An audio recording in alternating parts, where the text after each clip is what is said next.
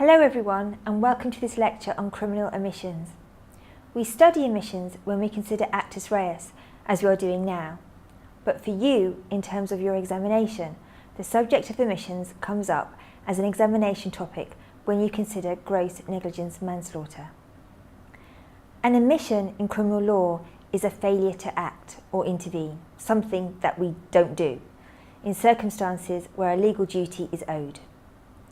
We are therefore only responsible for not doing something when we are under a legal duty to act. So, if you say that you will put the bins out and you don't, you will not have committed a criminal offence. But if you fail to feed your child, you have committed a criminal offence because you are under a legal duty to do so. So let's begin by considering offences that are capable of being committed by omission.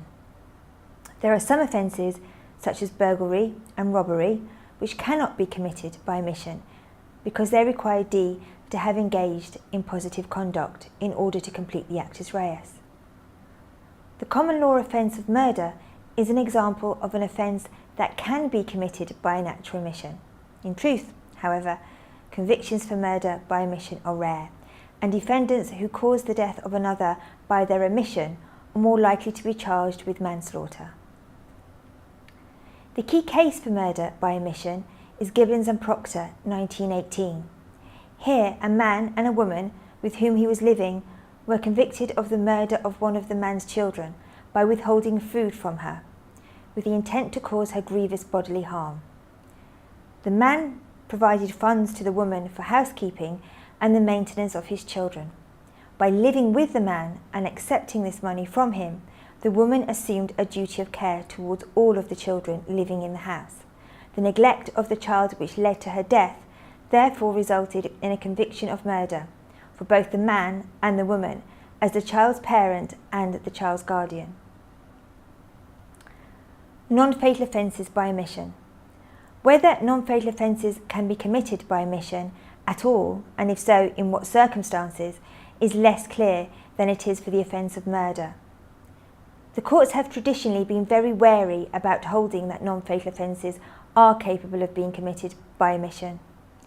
When this issue does arise, therefore, the approach of the courts is often to attempt to find a way of interpreting the relevant conduct as an act and avoid the question altogether. The first case you need to consider when looking at this question is Fagan, 1969. Here, D accidentally drove onto a policeman's foot and intentionally left his car there when he realised what he had done.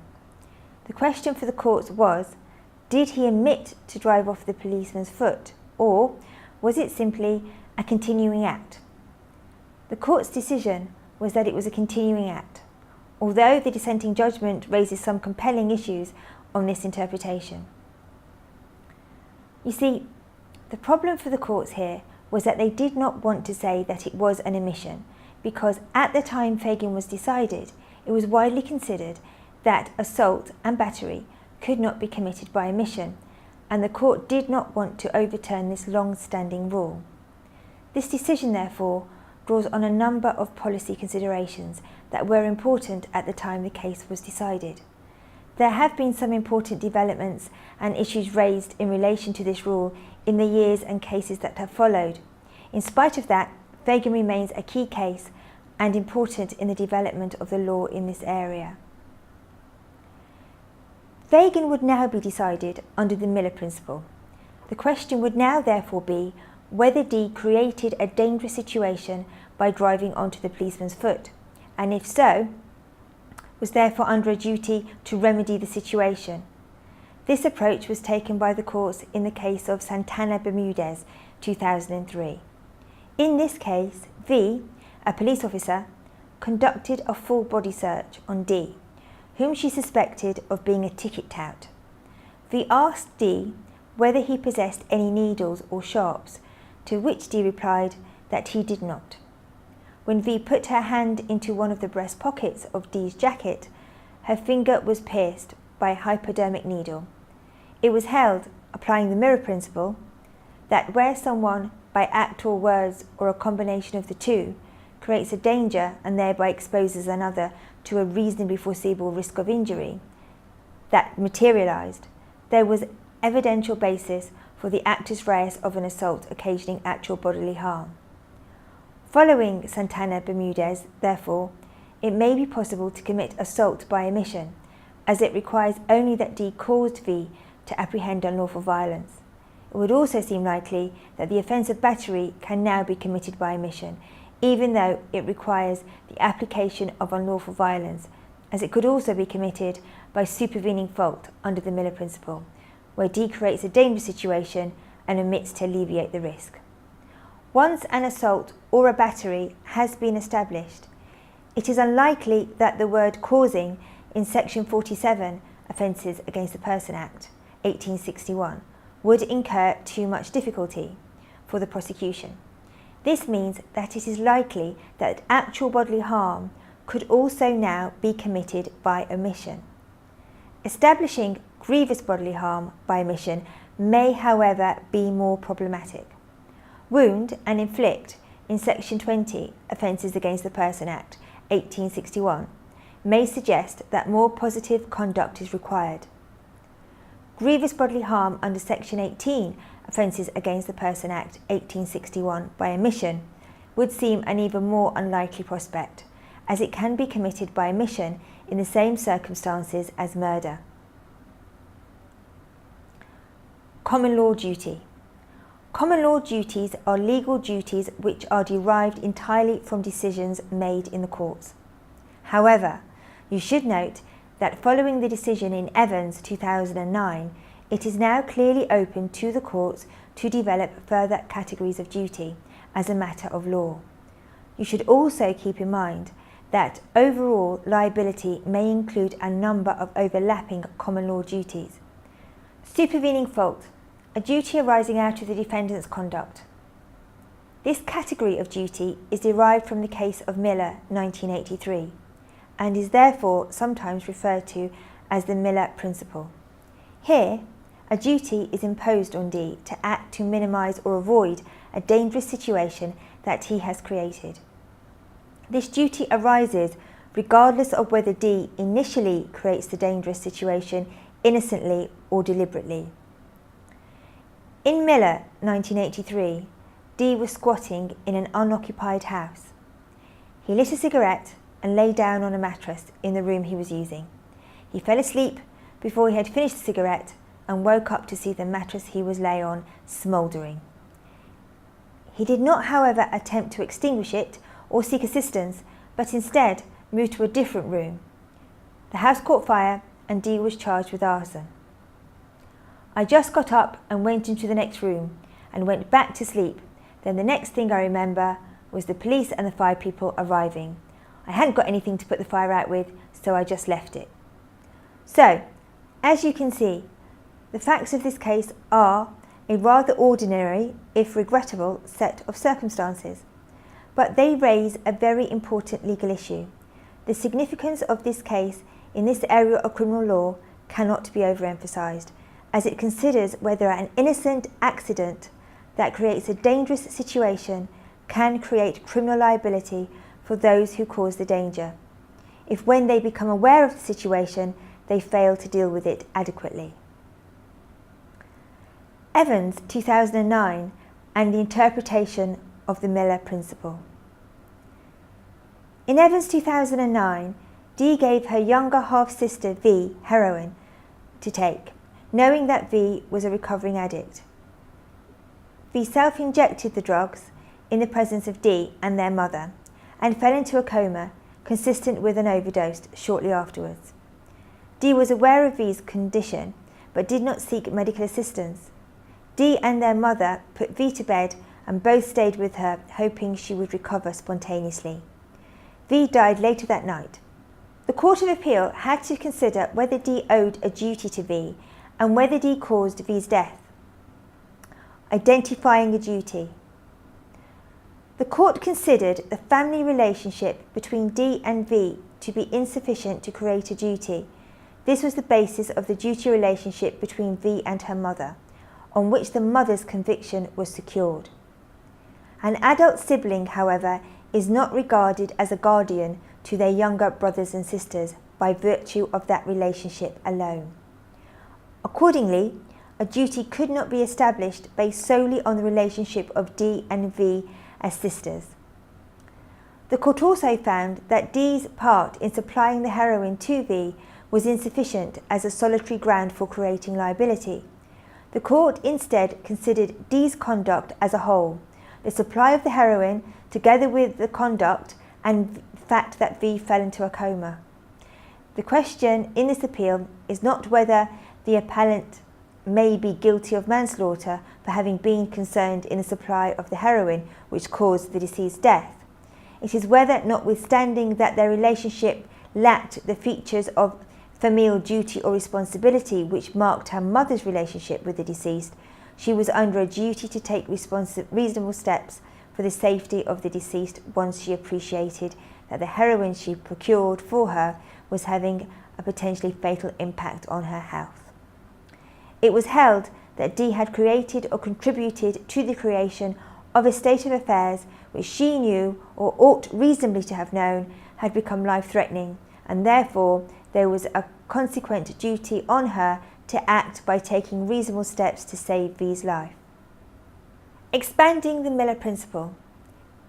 In Miller, the court was very clear that D's duty arose at the point of his subjective realisation of the danger he had caused. In Evans, however, the court went further.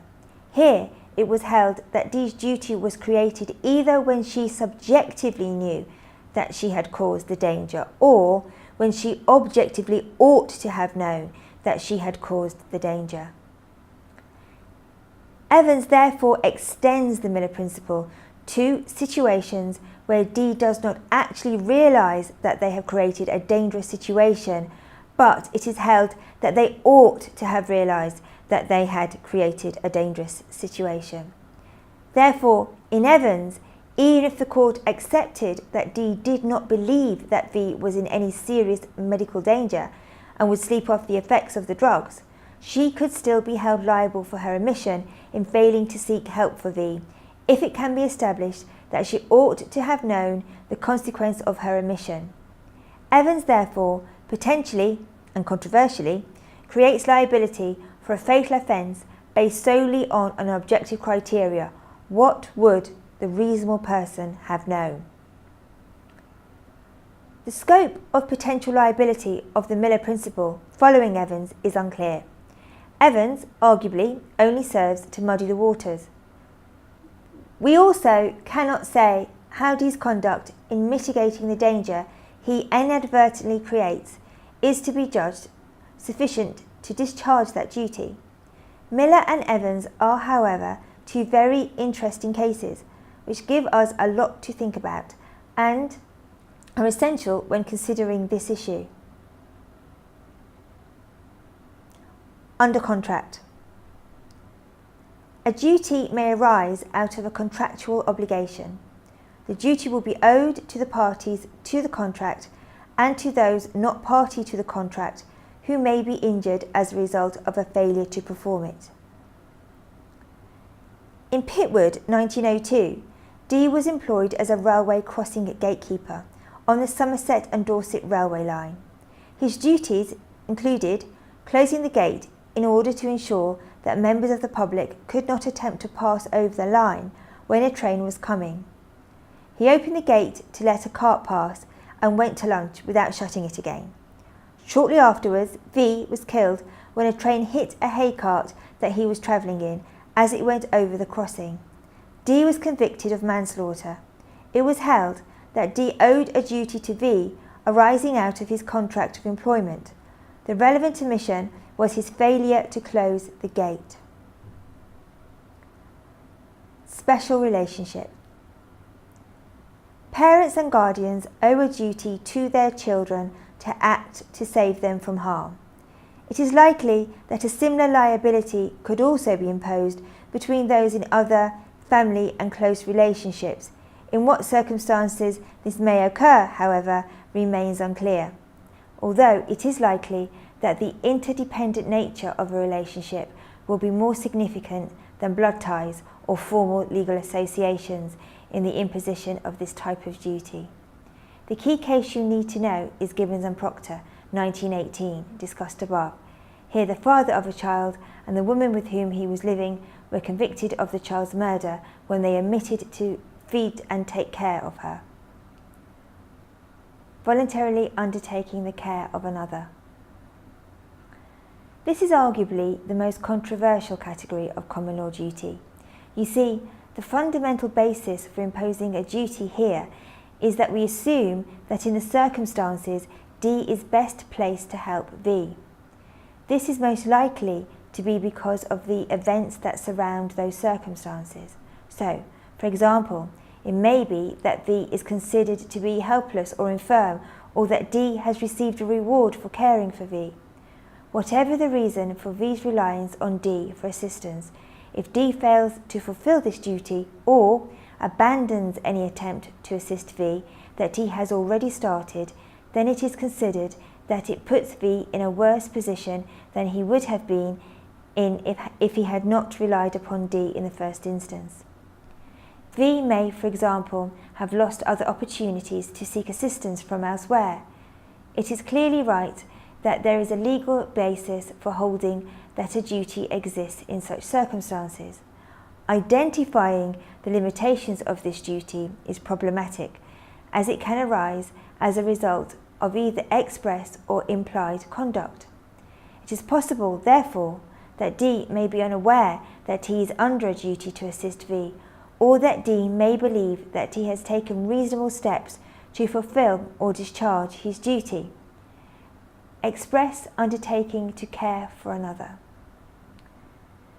Cases of express undertaking do not cause us too much difficulty.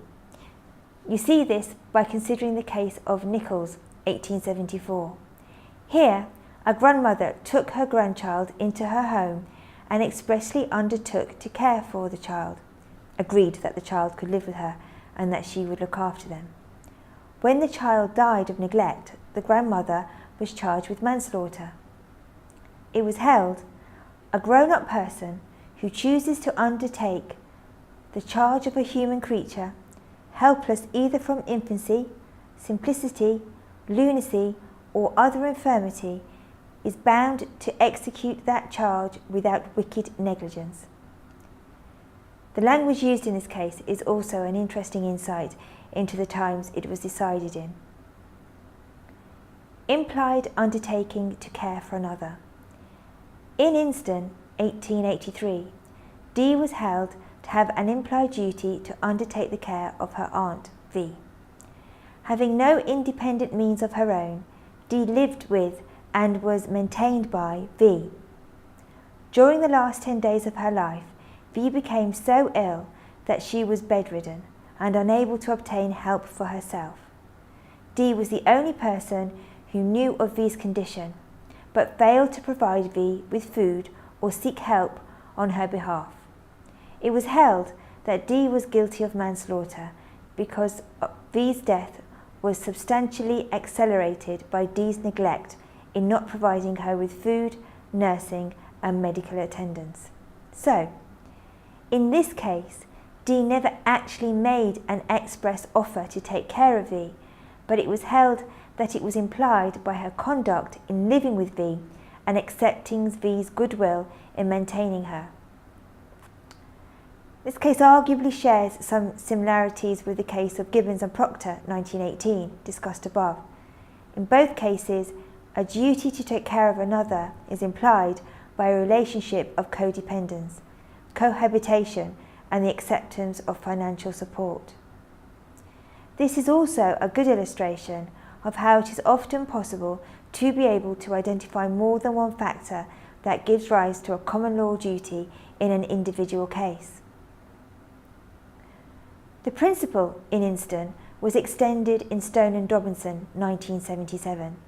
In this case, the defendants, D1 and D2, both had limited mental capacity. D1 was also partially deaf, almost totally blind, and had no appreciable sense of smell.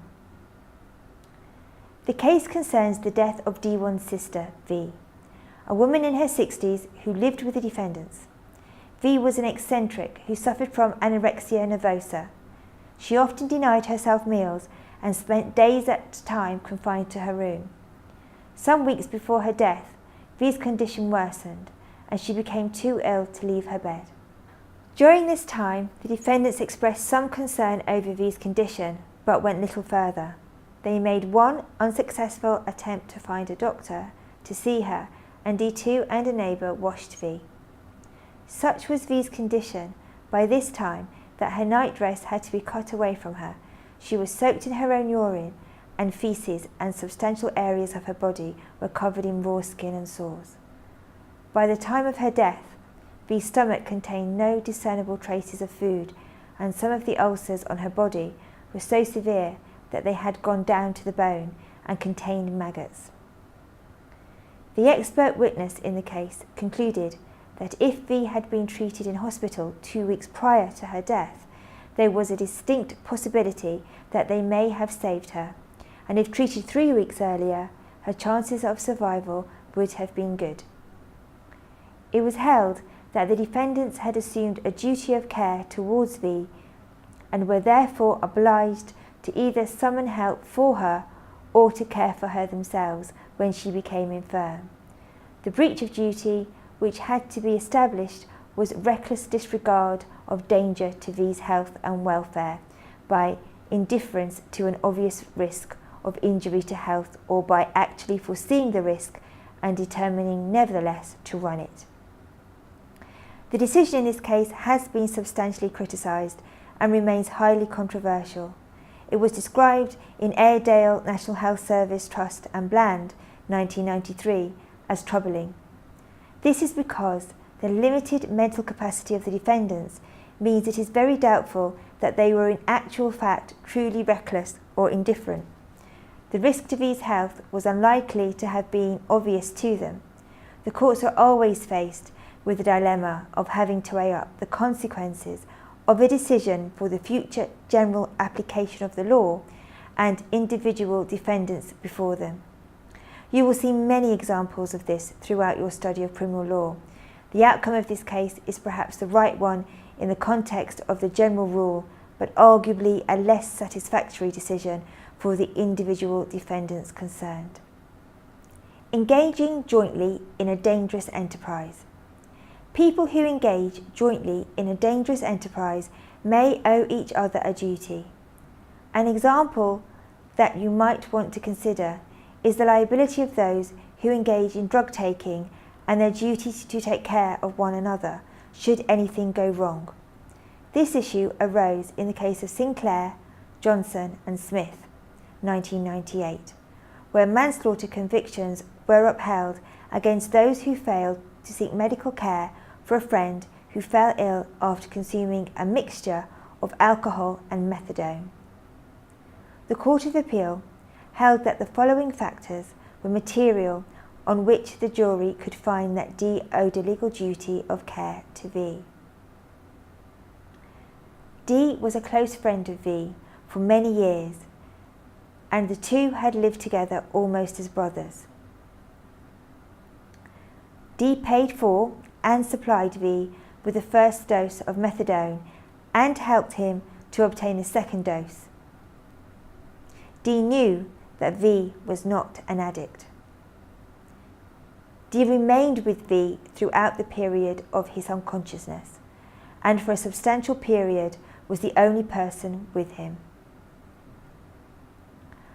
Unfortunately, the court did not make clear which, if any, of these factors was the primary factor in creating D's liability for the manslaughter of V.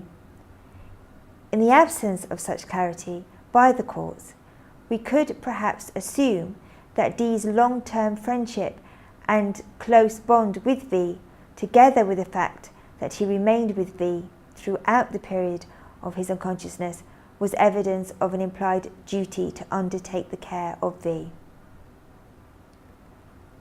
Sinclair, Johnson and Smith was considered in Ruffle, 2003. Here, D and V and a third man purchased heroin and cocaine and went back to D's house to take them. D and the third man were reasonably experienced drug users. V had some previous experience of drugs, but had been clean for some time. When V became ill after injecting himself, D and the third man attempted to revive V by splashing his face with water, putting him in a bath and wrapping him in a towel near a radiator. The next morning, D telephoned V's mother to say that V had been unwell and as a result of drinking vodka. D then left V outside whilst he went to work. It was about 6 degrees Celsius outside. V died shortly after from hypothermia and opiate intoxication. It was held that the jury could find that D had assumed a duty of care towards V on the following grounds. D and V were friends. V was a guest in his house. D had made several attempts to revive V. In common with Sinclair, Johnson and Smith, it is not clear in Ruffle whether any individual ground would have been enough on its own to create a duty. These cases do, however, give a strong indication that it may be possible in the future to create a duty to undertake the care of another by jointly engaging in a dangerous enterprise. A duty arising out of public office. In Ditham, 1979, D, a police constable, was on duty in uniform. He was standing a little distance away from the entrance to a nightclub, where V was ejected from the club by a doorman. A fight ensued involving a number of men, which resulted in V being badly beaten, causing his death. The fight was witnessed by D and a number of others who were stood nearby. At no point did D make any attempt to stop the attack or to intervene in any way. When the fight was over, D left the scene. He was charged with misconduct of an officer of justice by willfully omitting to take any steps to preserve the Queen's peace or to protect V as a member of the public or to bring to justice his assailants. It was held, therefore, that D was under a duty to act because he held a position of authority and responsibility as someone in public office. Statutory duty. A statutory duty is a duty contained in an Act of Parliament. A good example of a statutory duty by omission is contained in Section 174 Road Traffic Act 1988. Under this provision, there is a requirement to stop and give your information to others when involved in a road traffic accident involving personal injury or damage to property, or to report it. A statutory duty that can be committed by omission, that is perhaps less widely understood, is that contained in the Children and Young Persons Act 1933. Under this provision, there is a duty to maintain a child in your care and provide them with adequate food, medicine, aid, clothing and lodging, or to take steps to procure it to be provided if you are unable to do so. Where neglect of a child is willful or malicious, this is generally a straightforward matter for the law. It becomes more complex, however, in cases where a parent or guardian neglects a child believing it to be in that child's best interest. The recent case of Asher King is an interesting example of this. Here, parents took their child out of care of doctors and away from medical aid that he needed for a number of days in the belief that it was in his long-term best interest to do so. During that period of time, however, their conduct would have surely come within the definition of this Act. Well, that completes our lecture on omissions. I look forward to seeing you next time when we will be considering causation. See you then.